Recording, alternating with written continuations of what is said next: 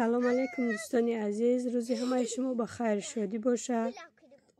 امروز دختر من خیلی کتی برچش آوره، جای مرغمون باشه ترای، جای بزامون هم خیلی میدانشون ترای، برنا کاکخش روی انم برچه را میدروره پیش مرغا گرخته ایس میرن راستی هم خانه زمینی ده همه قشر قینه برای کودک میبروین. همی یک بار همی لباس میپوشن و دوباره پوشیده نمیشه، تنهاشون لای میکنن، تر میکنن.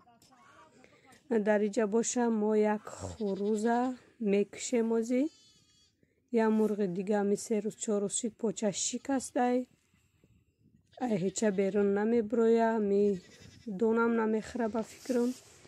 بازی ایران میقپیم، ایشم میکشیم. همی هم مرغ خشروک بود، تاری سرش توپی دارک، میخوای پاچه شکسته، نمیدونم یگون چی شکسته یا که یگون چی را زده، نمیدونم. بازی هر دشه بردم میکشیم. نصیب پیشه رمضان گفتیم یک آش کنیم در میدان. اینجا دخترم قپیدم، خیلی حوث داره، مرغ مولده. بازی همی برچه که میبینین همی هر روز خودش شیر داده استه، در شیشه شیر گرم میکنیم میتیم، سهر کتی برده میتیم با عبیده میتیم. خیلی اینجا باشه نه مرغا را آوردیم موزی میکشیم شونه، تنهاش هم خیلی در درونی لای کرده نمیشه خراب نه خیلی فربیک خشرو. همین مرغ یا خروز 1 ساله گذشت، اوجه مرغ گوشتش چقدر سخت میشه، نه خیلی خشرو از 1 ساله شدگی نیستن همین خروزا.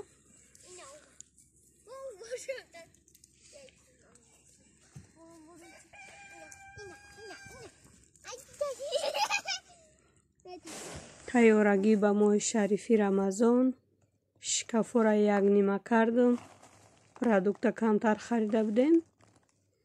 نگاه کردم میخواه 1 کیلو زیاد برای لوبی سرخ، 1 سوتکه تر کردم، میخواه دم خشرو کردن. بازی پاکتو دا میگیرم، مرزیل نگده میمونم. هر وقت ما تر میکردم 1 ریس میجوشاندم، این دفعه نجوشاندم. پرودکت مونه 1-2 روز پیش خریده بودیم کم کمکی، با موندگیش خریدیم. خیلی گراخ کپوستم شوهر ما گفتم 1-2 نمود پیچین، 1-2 نمود همی قم بیارین.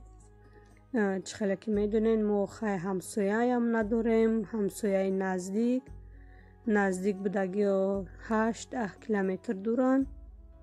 برای همی پیشه ماه شریف رمضان 1 دهه اوقات کنیم گفته، کم کمکی همش خریدیم برای خودمونه.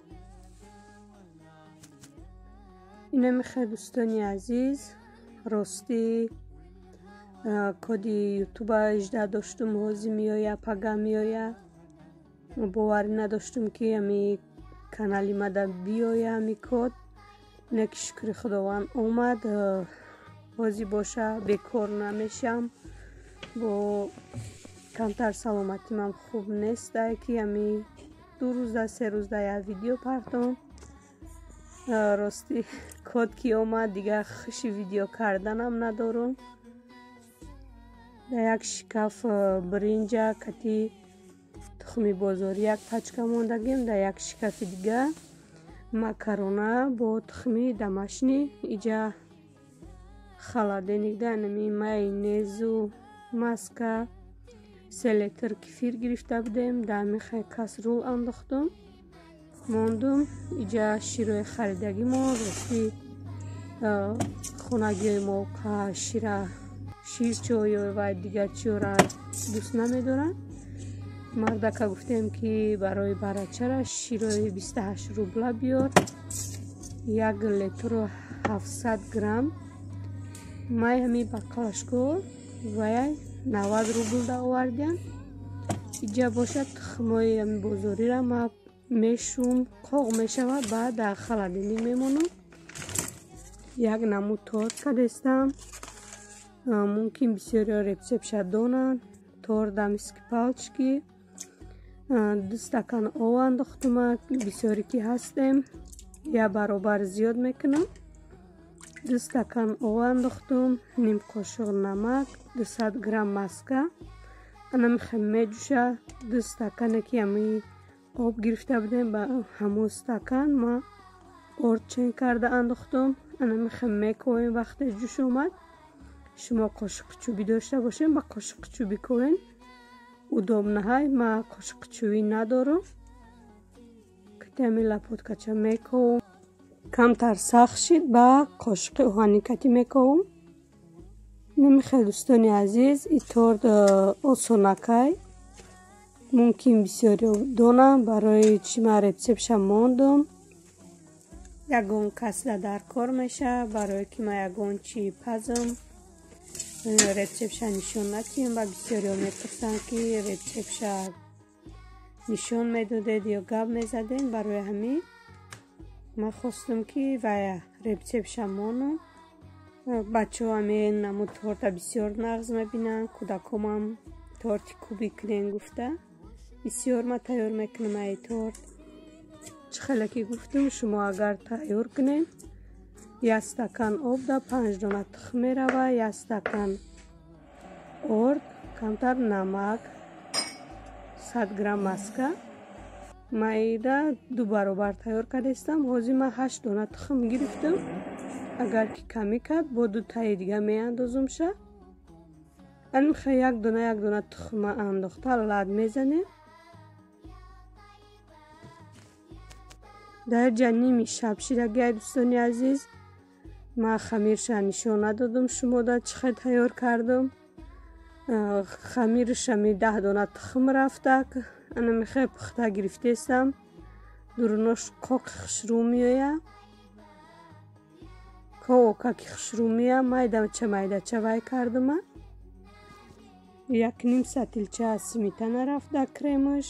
исо пухтестам. исум бошад дар ами паднос талчин дестем. намехел дар листи духовка ма бумага мондагим. дар ҳами 1 бумага ҳамаша пухта мегирам. коки хушрӯ мешавад. 180 градус да 10-15 минут ами то тайёр шиданша места. намехел 2 лали торт шид. ҳамаша мехел боло ба боло тал мечинем крем карда. шабда ма тайёр карда мондум. рости соат 12 шаб буд. тайёр карда мондум ки то пага обеда, то вақти ош тайёр шиданам тортам дам гира. мерем ай қафои ошкунӣ. соат мода 10 ҳозир. дар берун ош кардастам. ҳозир аловша гирон мекунам. дега мешум. дар иҷа боша ҳама чиша тайёр кардагим. сабзира реза карда, пиёз, айнами намуд бринҷ меандозам. бениҳоят бринҷи хубай. дар аввал ман ҳамин хел пиёза сӯзонда гирифтам. рости бисёриҳо аввал пиёза сирх мекунанд, ба гӯш меандозанд.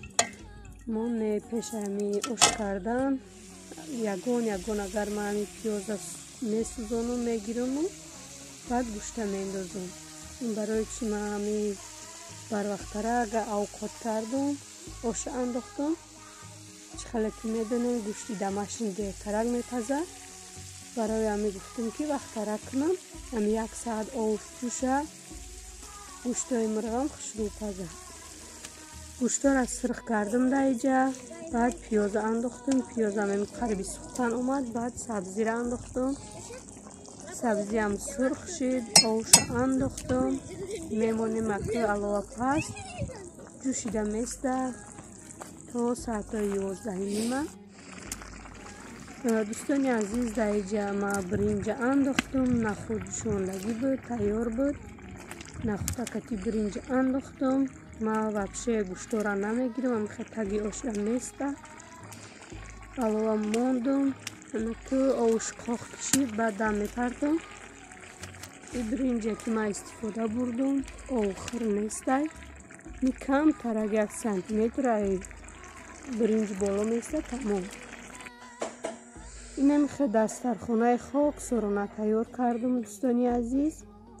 چقدر که گفتم ما هیچ که هم خیران نکردیم، خودمون به خودمونه. آشی ما هم تیار شد. 2 طبق بچه ها دا برداشتم.